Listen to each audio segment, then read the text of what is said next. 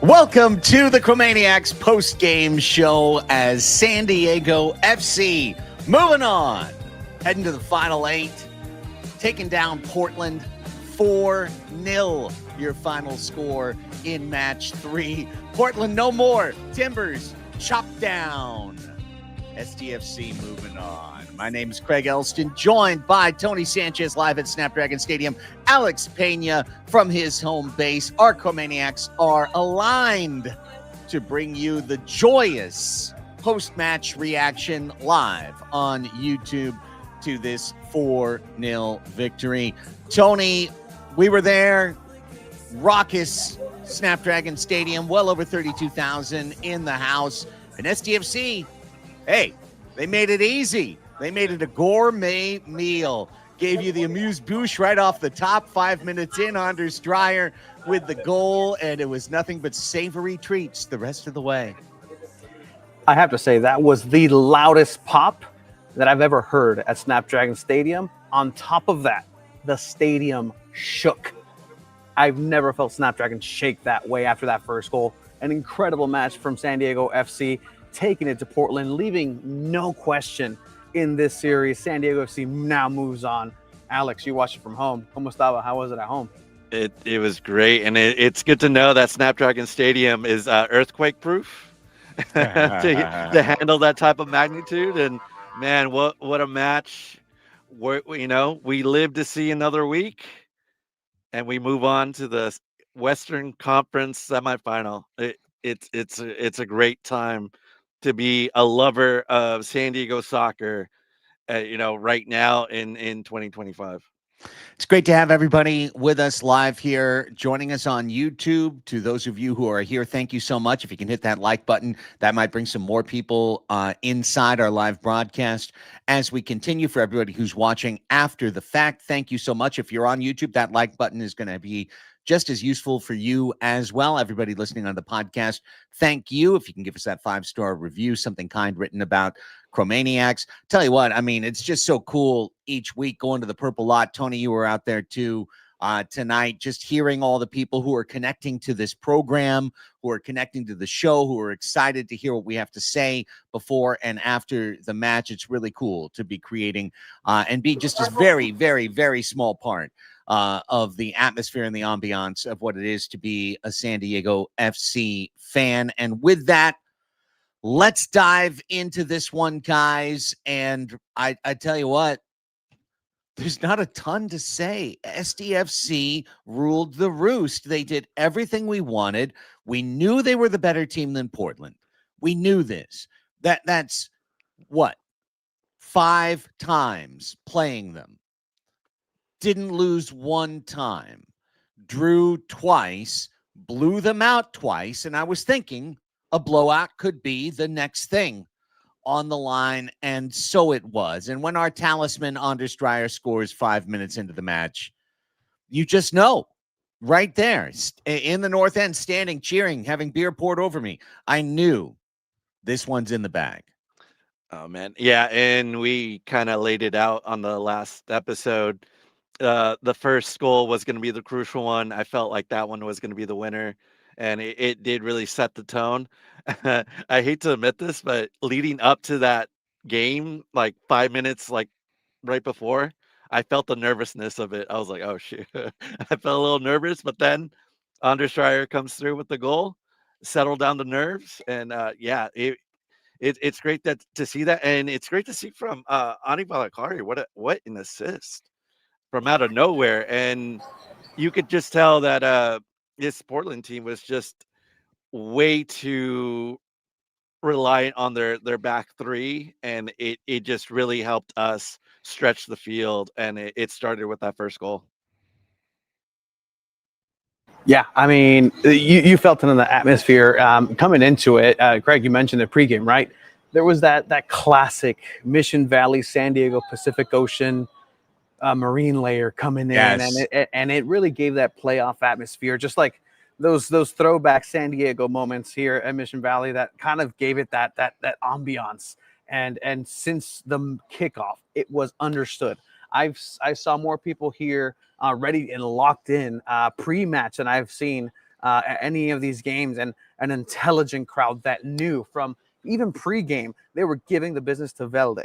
Velde was persona non grata. He was the villain. He was just warming up here in front of Frontera, and everybody was giving him that business. And so when you have just a locked in nature, not just on the pitch, but off the pitch, that's what you're going to go ahead and get. And I think this first 45 minutes and even this game was obviously a complete game for San Diego FC, but it might have been the most perfect San Diego FC game that we've seen ever. And what a time to be able to pull that off.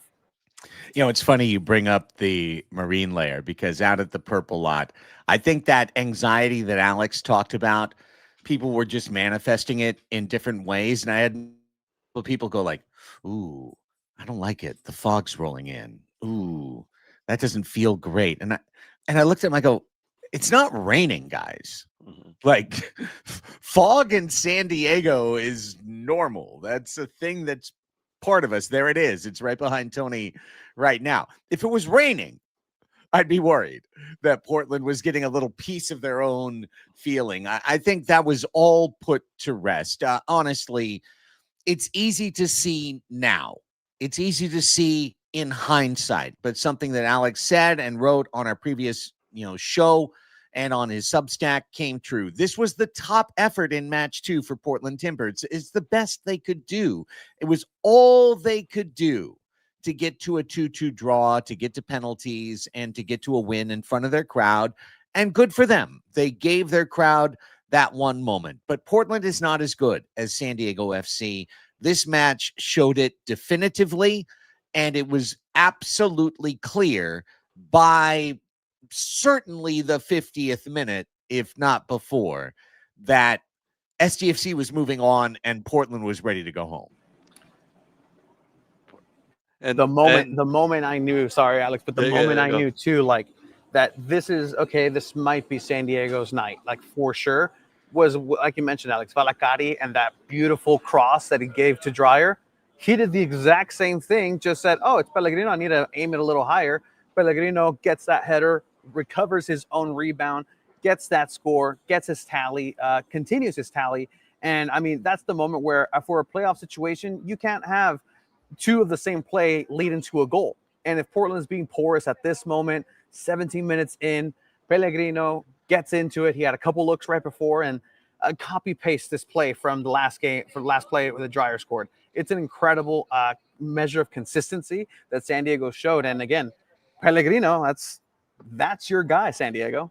Oh man, and what a call by Mikey Varas to start Pellegrino when we all thought that it's going to be Chucky starting in this match.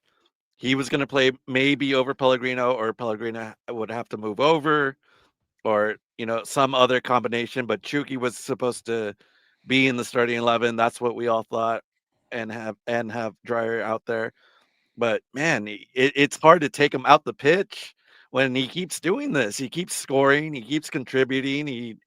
He's been doing and I know it's against Portland, a team he's seen like 3 other times, but he keeps producing it, and it's hard to take him out of the lineup.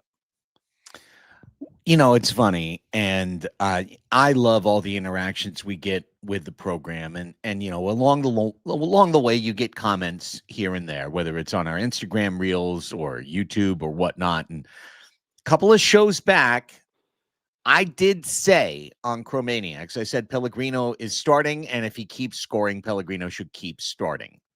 And there was a comment like, "You don't know ball. What are you talking about, you idiot? Chucky Lozano, you start Lozano."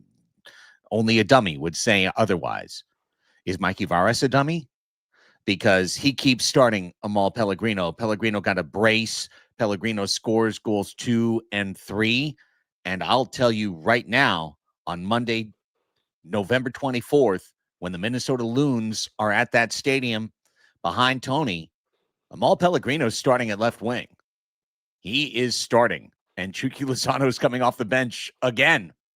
This is set for the rest of the season. Pellegrino's been too good. He's just been too good for you to do anything other than continue to start him and watch him succeed.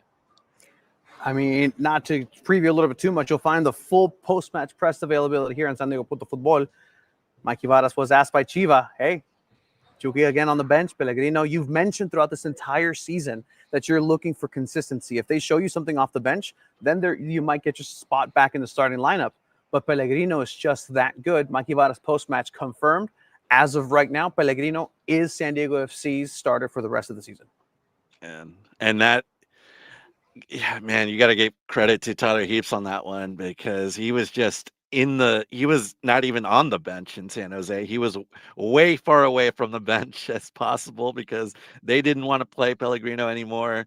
He was done. He was done with San Jose, and to get him over here and put him in the system where just flourishing, just absolutely doing everything he can to help contribute and help San Diego win games, especially now. Like he's going to be, he could be another legend that we talk about, that Pellegrino's on this amazing playoff run, and he might just have another moment in a couple of weeks against the Loons. Pause to put a pin in it.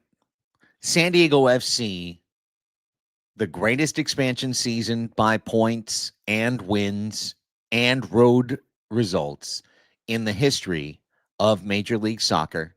And as Tony said on Chromaniacs 22, each of the last 3 expansion teams have set those records. So there's some sense of MLS being very friendly to expansion sides. But come on, San Diego fans. I know you're out there. Be honest with yourself. You were waiting for this team to lose. You were waiting for this team, after taking game 1, to lose on the road and come back and lose at home so that you could have a complete matching set of San Diego failures and say, well, you're San Diego now. You are a failure too. One of us, one of us, one of us. San Diego FC did it. They did it.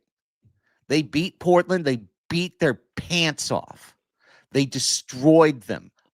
With authority, with elegance, with pride, with poise. They did it. They're going to the conference semifinals, and I don't care what the result is. San Diego FC is an unmitigated success, and winning this game is just another sign of the progression of this franchise and of professional soccer in San Diego. And I just don't want to hear anything else about it. I get it. I understand it, but put it on the back shelf. This team's going forward. It's not a loser mentality. This is a winning team that has had championship on their mind since day dot, and they continue apace. What a moment for San Diego. I mean, it's incredible, right? Like everything that I think we've talked about, like the feeling of these moments and these big times of, hey, you know, San Diego's been here. The city has been here. There's been familiarity with these territories, but there is something different. There's a different, just an octave from where San Diego's wavelength usually is. To where, sorry. Hey, sorry. Too soon? But too soon? Not soon enough, some would say. Yeah, exactly. But again, this team is hitting a chord perfectly. And the fact that they're doing it in their own style, in their own way, with the youth that they have, with the lack of experience in MLS playoffs, with so many questions, Dreyer you don't question Dreyer from here on out. Like it's been that way for a while, but you're like, why are they going to do an elimination from here on out? No, they just proved that to you. This is a team that was put against the wall for the first time and said, there's a precipice, and it's up to you to be able to push it further, and that's exactly what they did. They bought themselves some more time. They have a matchup here at home, and that was another big question. Can this team win at home this season? Twice. Yeah. An incredible result. First one, okay. Second half, I can see that. Today, no question. That team beats every team in MLS. That team tonight. Yeah. And people have asked me, like, why am I so optimistic, way more optimistic about San Diego FC than I am about, Padres or any other, franchise that has played here. It's just because I look at this team on paper, top down. This is just a smarter club than anything I've ever seen in San Diego. It's just they get guys like Pellegrino here, Baird, who got an assist today. Good for him. They get guys, they put them in the system, and they just have to put them in the right parts. Just put them in the right positions, and they figure this out. And they have a head coach, Mikey Varas, that's pushing these guys forward. Isn't afraid to start the younger guys. Isn't afraid to bench guys like Chucky Lozano. And we have a superstar, Anders Dreyer, that, again, when he scores, good things happen for San Diego FC. He's now 15-1-0, 0 losses whenever he scores. We have superstars that come through, and this team is just built completely different than anything I've ever seen in San Diego. One of the biggest. Go ahead. So, I'm so sorry, Craig, but I do want to add too. It's not like Portland stopped fighting; they fought through this entire game. So, if you're looking for, maybe the morale was down for Portland, no, they kept fighting towards the end, and that game could have gone either way. There were a couple crossbars against San Diego FC. There were a couple of moments. It was like, a great save by McVeigh and combined with Cisniega, which, by the way, Cisniega, that's where I'm going next. That's where I'm going next. We had our confidence-o-meter out on Chromaniacs 22 for Pablo Cisniega, put it all the way to the right at number 10. He needed to make a couple of plays tonight for San Diego FC. And at 1-0, if I remember right, and I went through the highlights right before I jumped on the line with you guys to make sure I saw it right.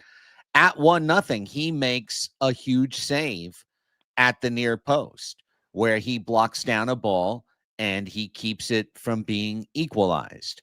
And it's 2-0 a little bit after that, but at 1-0, that was a moment where Portland could have had something, and Cisniega came through. And later they hit a crossbar, which was a potential goal for Portland. At that point, it was 3-0, so it wasn't going to affect the final result along the way. But I thought Cisniega tonight was everything you needed him to be, and just as importantly, gentlemen, the defense, and there's that play, 27th minute, 2-0, but nonetheless, that's a play that can change the game. That one fires in, 2-0 becomes 2-1. All of a sudden, you're really talking about a completely different match.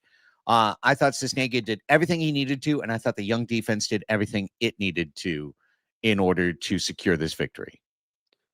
Yeah, I think we were talking about like how it was 2-0 and we needed more because we weren't comfortable with the score. And yeah, right there, what happens if it turns 2-1? Now it's a much closer game, and you have no idea how it's going to go. Obviously, Portland's playing for the tie. They feel like they have an advantage there.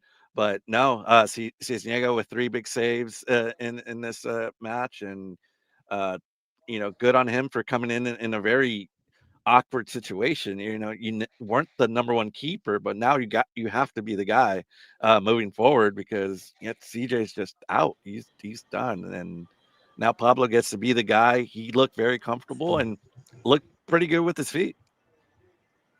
The steady hand of Mikey Varas throughout too. I think I texted the group too at some point too, where there seemed to be a little bit of a breakdown in the style that San Diego usually plays, starting with Pablo Cisniega, usually known with CJ, starts out the back. You saw more clearances, as we mentioned, as I believe you mentioned, Alex, in the last episode of Chromaniacs. And from there, a lot of the breakdown plays started to happen. Portland started to get some more space and looked to be dangerous. But in those moments, San Diego was able to defend well. Mikey was not happy in that moment, made those adjustments, and boom, they were able to come on back. And it's like if you're riding that road bike and the gears just don't they're crunching a little bit, and boom, it's just smooth sailing from then on. And it's incredible. Again, that's the tact that you see Mikey Vadas being able to just adjust in there. And you know what? Credit to him. Now you look ahead, and of course, Pellegrino scores his brace 3-0. He dangles that little wooden bird that you perch on the side of the glass that dips down into the glass and fall. That was him on the wall there. Here it is, right here. Right there. Yeah, right there. That's the beak of the. It's the beak of the little wooden bird dipping into the glass, right there. Well done, Amal. Well done. Valakari, an incredible night, and then Chucky Lozano subs in and assists on Anders Dreyer's second goal. And of all the things that are going on, maybe just let's take a moment, Tony, to talk about this. That Chucky Lozano gets suspended for the final regular season match of the year, the first playoff match of the year. He's come off the bench the last two. This is the 5th highest player in all of MLS, by far the highest player on San Diego FC, the first marquee name of this franchise. And he has, like a Boy Scout, just fallen in line and accepted his punishments, accepted his position coming off the bench, recognized Pellegrino's success. He hasn't rocked the boat, and he was right there leading the thunderclap at the end of the night ahead of the team. Chucky is all in on this team. He's completely integrated into this situation, a situation in which his star has been pulled down just a little bit, and he's still right there. What a dime to Anders Dreyer for that goal. So this, to me, is just the ultimate best news, is that you're doing this with your DP getting pushed into a bench role and accepting it. Holy cow, this team is ready to go. I mean, I was discussing it with our buddy and pal Cesar Hernandez, that if you were to tell us that at the beginning of the season, in a elimination game in playoffs, that you would have Chucky Lozano on the bench, you would have Luca de la Torre on the bench, and your star striker, Marcus Invarsson, on the bench, and you dominate 4-0 in your inaugural season. First of all, what are you taking? Because let's get some more of that, and that sounds like a great time. But this is the reality that San Diego FC has. Pellegrino is giving Chucky Lozano, sure, in a competitive aspect, if you're Chucky, you're sitting on the bench and it's like, I'll show them. But then Pellegrino scores a brace and you're like, gotta hand it to him. There's no question. Even if you were a little bit just upset for not having that start, or whatever the reason may be, there is no question that this team is firing on all cylinders. Pellegrino starting off. And then to have Chucky come in, mention that energy, right? That pop when Chucky comes in, that burst of energy is something that SDFC can come into the well and get in whenever they want to, because they play at home again. And if you want to replicate that, then go for it. And another thing that I want to give Mikey Vadas credit to, something that I was critical on, is the same starting lineup 4 times in a row. It worked. Yeah. It worked. And ever since that little incident, I don't know what Apple TV is going to call it when they do their little 2025 TV, on-demand thing that they're going to do for next year. But since then, it's been 4 wins and a draw. The results have spoken for themselves too. And I don't know what happens if those last couple of games weren't wins and they turn into losses. What happens to Chucky then? But, the good thing is we'll never know. This team just keeps producing. They keep winning. It seems like everyone's doing their part. Everyone knows their role, and they just keep going. As Kanye said before he went insane, I guess we'll never know. Never know. And it's true. San Diego FC is moving on. They will take on the Minnesota Loons. They'll take on Minnesota United FC. They will take on the goalkeeper of the year, Dane St. Clair, the best 11 starting keeper. They'll take on a team that is Portland Plus in the second round, a team that is comfortable playing without the ball, comfortable defending, excellent in set pieces, excellent in moments. but not looking to dominate the match. They're going to hope to do a little jujitsu on San Diego FC. They're going to hope to use the San Diego FC's energy against them, but San Diego FC is going to have the ball on their feet against the Loons. They're going to have the opportunities, and they're going to be in front of that home crowd, which is now redefining what it means to be a home field advantage in San Diego, California. The Chargers used to have it back in the day. The real ones know what it was like when Qualcomm Stadium was vibrating with excitement. What the Padres have had at home in playoff situations has been unparalleled. It's been absolutely delightful. And now what's going on at Snapdragon Stadium is right there. It is right there. And for this club, the opportunity to keep this going, single a limb, and get to that conference final. We're going to have 3 weeks to talk about it, boys. We're going to have 3 episodes of Chromaniacs before we have that next match, which is, by the way, decided. It is Monday, November 24th. It is the Monday of Thanksgiving week for San Diego FC and Minnesota United FC, 7 p.m. on a Monday night. Monday Night Football at Snapdragon Stadium. First time that we will have that. But, guys, that is the stage for this club. That's the next opportunity, is a chance to beat Minnesota, a team that you finished well ahead of in the standings, and get to that Vancouver or LAFC conference final. Yeah, and for anyone wondering why it's a Monday, and it's actually out of the MLS schedule. This game is scheduled outside of that when they really wanted to schedule these games, but it's because the San Diego State Overlords playing on Saturday night, and yeah, they're playing San Jose State, and apparently that's more important than the conference semifinal. But yeah, the Loons. It was this whole round of one situation. It was interesting on who we were going to face. Seattle only won at home, and Minnesota did not win a single game, and they advanced on penalties. So they played okay in playoffs, but it kind of gives you a little hope. We won twice. We outclassed Portland Timbers, but Minnesota could only play for the tie, and that's how they advance. So I think that can give us a little bit of advantage there. There will be in this round extra time. We don't go straight to penalties. We go straight to extra time. True. So that's going to be really important heading into that next match. And it's a team that's built for playoffs. And I know we're getting, we have 3 weeks to talk about this, but that's what a Minnesota United team is built on for these sort of tournaments. I don't need the ball. I'm just going to strike when I need to. And if we need to, go to extra time and penalties.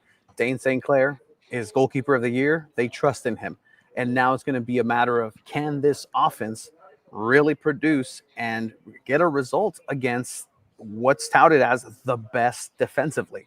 That's the measure of a champion, is these moments of, did you go up against the best? Did you beat the best? As Ric Flair said, in order to be the best, you got to beat the best. Woo. And there was a lot of wooing here tonight. Not the best Portland side, but if they can beat Minnesota, that's going to be a definite landmark victory in playoffs, because that's a team that really you dominated and you didn't get a result on. That's one of those that you get a second bite of the apple of, unlike Portland, where you took 5 bites, just ate the whole tree at this point. I mean, it's nice to just put the Timbers in the rearview mirror. Portland Timbers are a great legacy franchise. They had a nice, solid team, but honestly, I've seen enough, and we had seen enough really after match 1. So it's good to put this team in the rearview mirror and move on. And I keep thinking about how on Monday, November 24th, San Diego FC is going to put 32,500 in Snapdragon Stadium for a playoff match, and then 5 days later, there'll be like 12,000 people there for San Diego State and San Jose State. But hey, Yeah. Football, football greater Football. than football. Uh, real talk. Let's get to the real talk after the match. Let's hear from the stars of San Diego FC and, of course, their manager as well, who finished a distant third for manager of the year. He wasn't the first choice. He wasn't the second choice. There was 30 feet of dirt road, and then there was the third choice, which was Mikey Varas. Seems like he's a pretty good skipper, though. Does a pretty good job. Does a nice job with the boys. Let's hear from Mr. Third Place, Mikey Varas.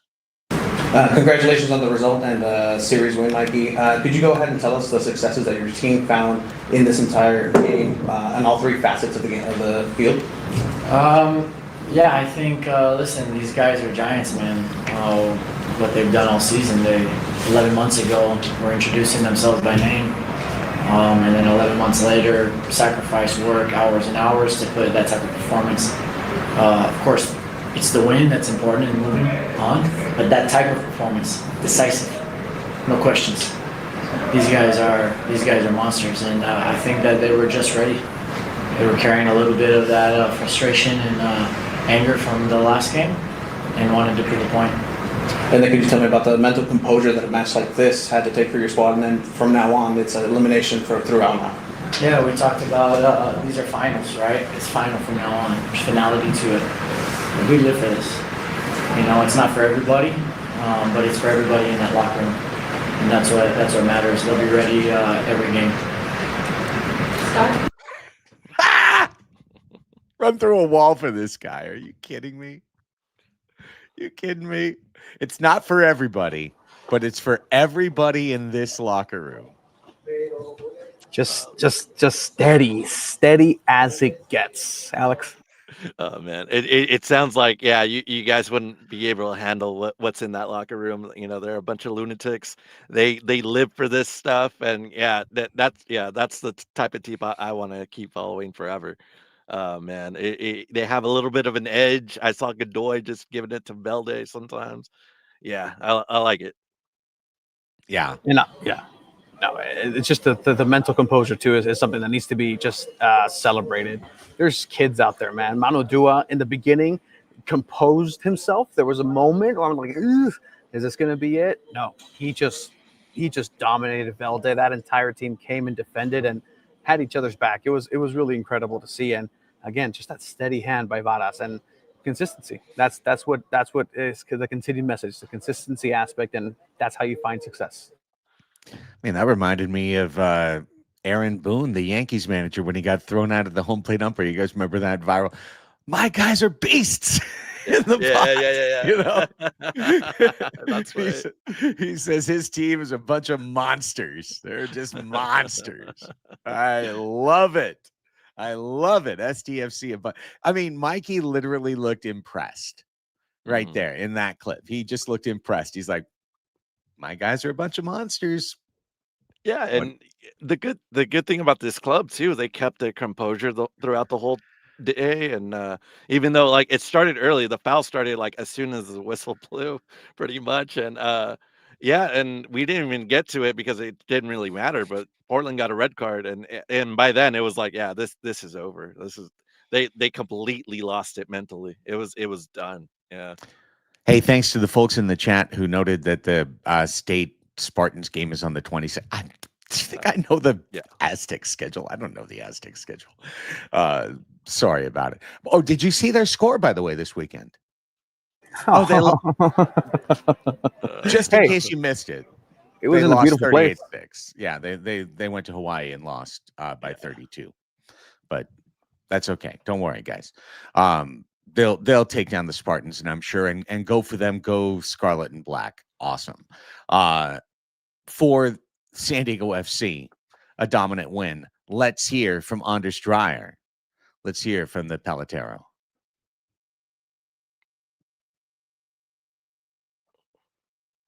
Goals and assists as well. You've been talking about being a perfect fit for this system and just being a part of it. What has made it so easy for you to just assimilate today, and what can you tell me about tonight's performance of your team overall? Yeah, first of all, it's easy with the teammates like I have here. the way we play, it suits us quite well, and I think you see that today. The way we break them, we knew they will be in high pressure, especially on our goal kicks, and I think in the first half we break through a couple of times and we scored 2 goals, and in the second half as well we continued doing what we trained the whole week. We basically knew what they would do, and yeah, we did it to perfection and scored 4 beautiful goals. So yeah, it's a good feeling, but it's nice to be a part of course. And when we play games like this with the fans with us, it's amazing. And could you talk to me about that environment as well, being able to play now in this situation, playoffs elimination? What does it feel like when that first goal went in, the stadium shook? What does that make you feel? Oh, it's nice. It's what you dream of when you're a young kid, to play in front of fans like this. 35,000 people cheering for us, and of course with 2 goals in the first half, it makes it a little bit more comfortable. But we were in the dressing room speaking about that we were, like, mindset was 0-0 and we want to go for even more. And I think we did that well. So yeah, atmosphere amazing, and finally we started winning a lot of games at home. It's true. There was a huge part in the second half of the season where SDFC could do no better than draw at home, where they were having all their success and all their winning and scoring on the road. But that's over now. Clearly, the team has shown its identity. And I mean, Alex, we talked about it back on the last show, and you mentioned it earlier in the show. When Anders Dreyer scores, SDFC wins. When you get a goal like that so early, it just feels like the world is your oyster.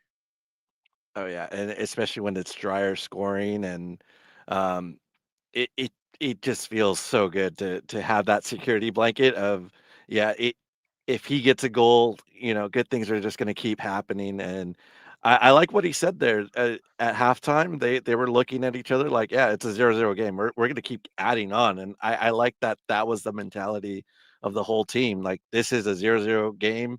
We got to add on more, and I'm so grateful they did, because you never know with this Portland team and how they counterattack. If they get a set piece on your side of the field, it could change the whole game. And yeah, this team is just all gas, no brakes.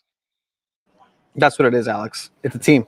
Since day one, it's been a team, and that's what's been the strength of San Diego FC, is the fact that they've come together as a brotherhood, as a family, as a team. It's un equipo. It's just a bunch of guys that, came together and met each other for the first time a couple months ago, and now they're playing some superb football and some of the best in the nation. And that's just a testament to the project overall and how successful this could potentially still be. Maybe we haven't seen the best of San Diego FC. Today was a pretty close, as you're ever going to see.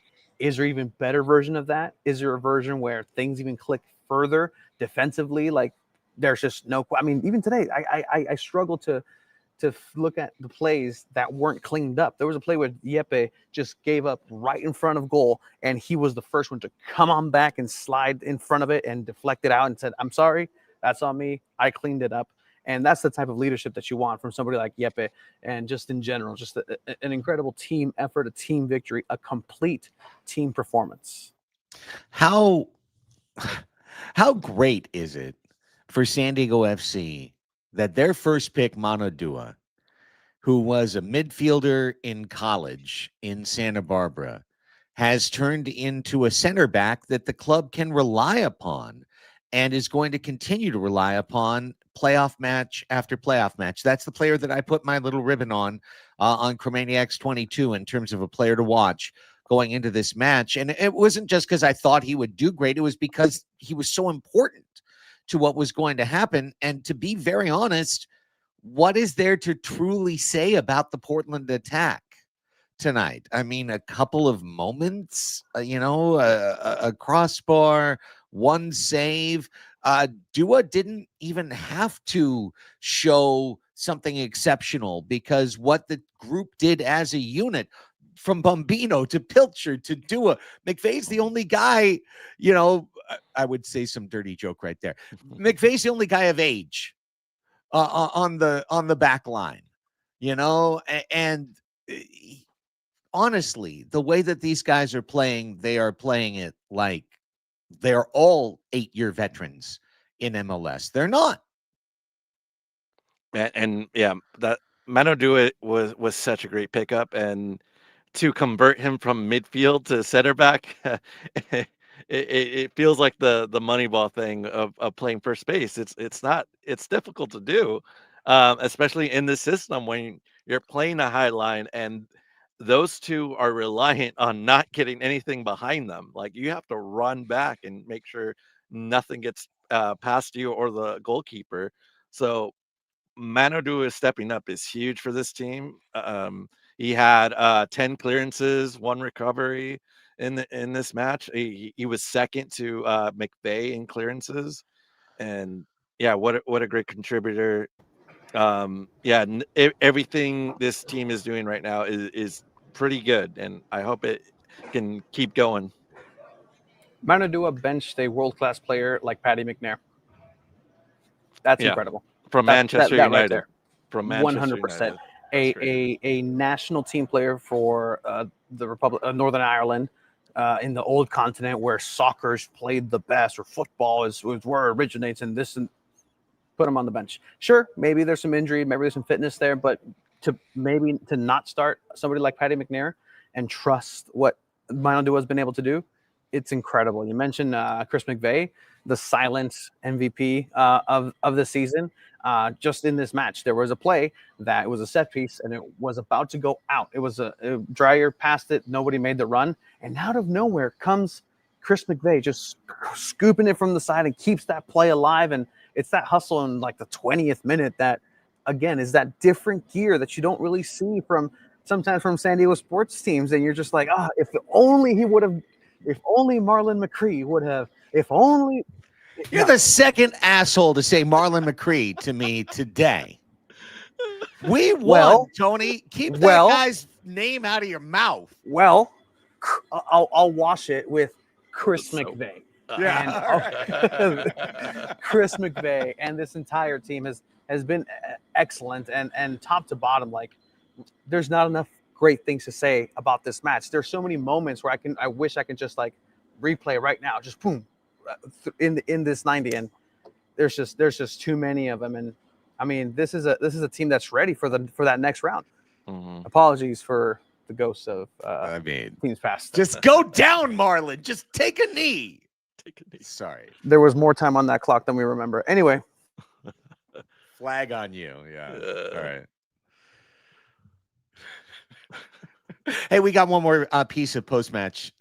No terrible SDFC memes. Just no. One more piece of post-match sound. Let's hear from the captain. He could have been in the best 11. He's certainly in the best 22 for MLS. Let's hear from Jeppe Tverskov on this forward. Congratulations on the victory tonight and the result.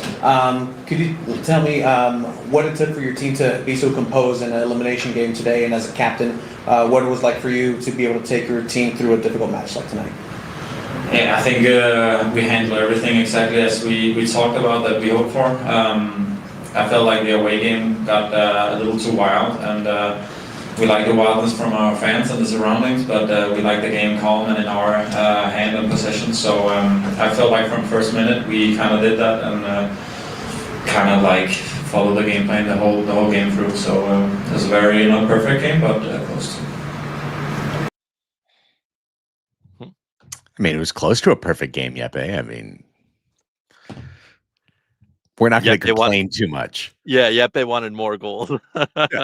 He probably wanted to run clean up up the a couple score. things. He wanted 0 chances against. I understand. Perfection is elusive, and it's always something that you'd like to strive to attain. But Tony, SDFC was pretty good tonight.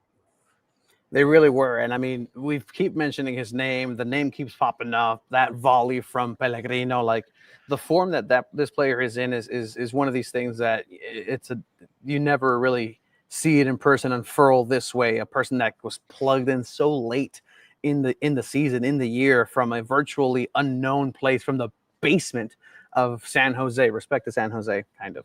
But the basement of that town. Yeah, exactly. But this is a snippet that I think is going to really make people like him a little bit more. When he was asked about the physicality about this match, he's very, as he's been saying, he's very happy here. He loves it in San Diego.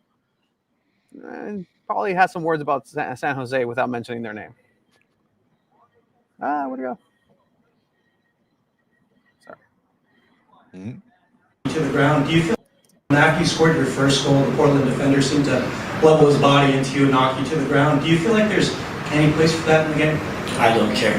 We are on to the next one, and they are going to Cancun to have a holiday, so they can play like they want, but I'm just thinking about my teammates and how we play, and I think we let our feet do the talking, and that's what I like with this team, that we show our personality. Cancun. 1, 2, 3, Cancun. Yeah. Can those Timbers kids afford that trip? Are you sure they're not just going to Ensenada? I don't know. They got a nice. He's enjoying it. He mentioned that at the other team he wasn't allowed to be himself and really show himself as he knows he could be, getting played out of position, and he's just happy here. He's going to enjoy the next week and a half just exploring this beautiful city and going to be ready because he's going to have to defend it come Monday the 24th. All right. Well, Tony, you brought up horribly, and I still hate you for it, a terrible San Diego playoff goat whose name should never have been named. I'm going to bring up a San Diego playoff hero from 8 years prior. Is Amal Pellegrino our Jim Leyritz? San Diego Padres fans, the real ones, know that 1998 run, Leyritz clowning Randy Johnson for homers, just like coming up with big hits left and right out of nowhere. That kind of feels like Pellegrino right now. Like Pellegrino's caught a wave. He's just riding the crest of that wave. He's bringing in goals every time, and it's a beautiful feeling. And I don't want him to lose that feeling. Stay on that magic carpet ride throughout November all the way to December 6th. Man, San Diego got a guy that was not playing, so he has fresh legs, and he's it's almost like they turned back the clock to this guy. He's not a 35, 36-year-old. He's playing like a 28-year-old in his prime, showing his Norwegian league stats that he used to put up like 20, 25 goals up in Norway. And yeah, now we get to see that style, and yeah, we're the ones reaping the benefits. So hey, thank you, San Jose, for that trade. Still paying that salary, and Pellegrino, he's becoming that guy that you can rely on in the playoffs, right? We saw it like a couple of years ago with Cronenworth, biggest hit of his life, got an extension for it. Now we're seeing it with Pellegrino too, scoring left and right, and I absolutely love it for this guy. I mean, that's what you need, is that positive vibe and that's hunger still, because Amal knows what it's like to be unsuccessful in MLS very recently. A lot of these players don't. I mean, McVay came and Negri, came from success in Miami. Then they had other MLS veterans as well. But this is a player that knows the lows of this league, and to be able to shine. And I think that's what it is. He's able to shine here in San Diego FC. Compliments to the chef, Tyler Heaps, again, like you mentioned, Alex. And that's what it's going to take for this team to move forward. And look, I don't know how else I can compliment this team after their performance tonight, other than just watch the film, watch the game again, and you can definitely see that this team is on a path. Now, this path does have a couple of weeks in between, so yes, it does. That's something that can become difficult in order to restart this momentum, right? Yeah, it could, and we'll find out. Of course, that break is for everybody. So that's the lucky part of it, is it's equal opportunity trouble for MLS playoff interruption. Okay, Jeremy Pritchett, I'll say it. Amal Pellegrino right now is playing better than Milan Olaski, and I'd rather have Pellegrino playing at this level than I would have Olaski playing at his current level. But I had already forgotten the guy's name. You brought him up. Jeremy, not me. I had totally forgotten about him, but you brought him up. So, along those lines, like Tony bringing up some damn safety from 2006 that I was trying to forget. Did you really want me to name kickers, Craig, or singular? Okay. I So we don't need to go that way. Okay, exactly. I held it back. All right. I'm kind of glad your mouth. I'm kind of glad we didn't go into penalties, and then someone would have done a rewind of oh, we remember this from 2005, and yeah, That's right. Oh, yeah. Alex, if we lose this game on pens and it's drizzling, and everyone leaves in the rain, just like when Kading missed it. I'm wallowing in my misery. Dallas McLaughlin would write a soccer column for the first time in his life if we had lost tonight. Like, look, it all happened. I don't follow the sport, but I'm still sad and mad. Like, this is great. This is great. And I don't know what the future holds. And I don't know if the next game's a win or a loss, but this was a big night. This was a big night. And on the heels of Wave missing every opportunity earlier in the day and losing up at Providence Park, a match that they could have won. And that's a whole different story. Could there have been a call along the way? Blah, blah, blah, blah, blah. But I thought about them when Dreyer moved into the path of Valakari's pass to take a one-time shot, as opposed to standing and waiting and looking and freezing and then seeing the ball bounce and then trying to react to that. Having that anticipation, having that knowledge, that spatial knowledge of where the ball is going to go and what you need to do. That's the difference between being a star scorer and being not. And there's lots of players who, if there's nobody on the field and a ball is serviced to them, that they can shoot it into the net. But when everything else is happening, that they can't have the calm feel. And Dreyer has that. Do I wish that Leon had it or Ascanio had it, etc. for Wave? I do. But unfortunately, their season ended. SDFC's season is moving on. And part of the reason why is because their stars have that feeling. They have that confident feeling to know where they need to go and to be progressive on the field instead of just reactive. And that's such a key. And I really think you saw that on display tonight in the attack. Yeah, and Dreyer just making that back line look silly. Kamal Miller had himself a rough night because he had a chance to go for the ball. He looked in at Dreyer and just completely flubbed that whole thing, and Dreyer scored. But yeah, the attack is great.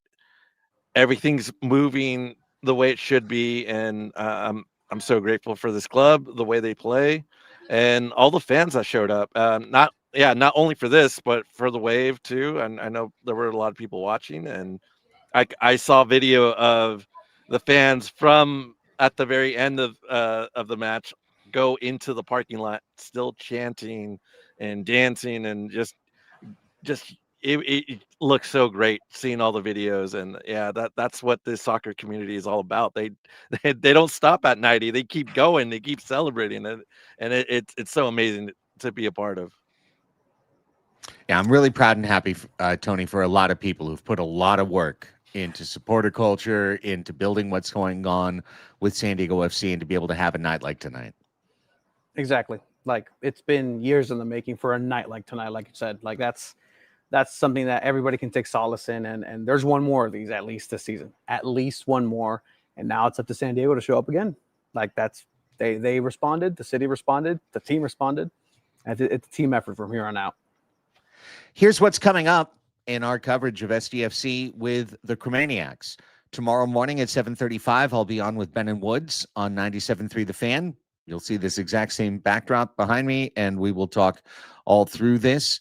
Also, I will be on Fox 5, San Diego on TV tomorrow, repping the Chromaniacs at 9:15 with Raul Martinez. So tune in if you want to hear that. Then, of course, tomorrow at 8 p.m., Monday night means Two Balls and a Mic, episode number 302 for SanDiego.Futbol, when Tony and Chiva and Abe will break down everything, bring you all of the sound, bring you all of the highlights, talk about Wave, talk about everything. Of course, Alex will be back with another Chromatic FC Substack to give you all of his insight and all of the stats and all of the breakdown of what's going on with this match. And then on Thursday, we'll be back with episode number 23 of the Chromaniacs, working into the international break as SDFC keeps the flame alive for a San Diego championship in 2025. The Sockers came the closest. They got within one win. We're tied at the half. I don't want to for something, right? I don't want to say what happened after that, but they got to that one half. It was okay. But yeah, I mean, Padres came up short. Wave came up short. SDFC carries the torch for America's finest city. You can follow us on Instagram at the Chromaniacs. Please do. You can follow me on Instagram at 619 Sports and Life. You can follow SanDiego.Futbol at SanDiego.Futbol. You can follow Tony at Tony Sanchez. You put the Z in there. And Alex, they can follow you on Blue Sky at Who Knows Alex. Yep, that's correct. Love that. We're trying to figure out if for that Monday game, we're going to have a podcast in here in the stadium because it's on a Monday. We'll see if we can do something like that. I mean, like, your streak doesn't end if you do it on Tuesday. It doesn't. And honestly, you know what? At this point, the streak 300 is a good round number. 302. Yeah, well, who cares anyway, right? Yeah. Who's really counting? Do you think they're not going to sell you groceries if you show up on Tuesday instead of Monday? They'll still accept your money. FIFA's going to be like 303 would have been better, but 302. Nope. Yeah. I mean, Puma will get mad, but other than that, it'll be okay. All right, that's it for this post-game show. Thank you, everybody, for being there. If you haven't hit thumbs up on YouTube yet, and you can do that for us on the way out, please, and thank you. If you're listening on the audio side, you can hit that 5-star review, written review, all the better. For Tony Sanchez and Alex Pena, I'm Craig Elston. 4-0 SDFC rolling on. Thank you for being here. This has been the Chromaniacs. We'll talk to you next time.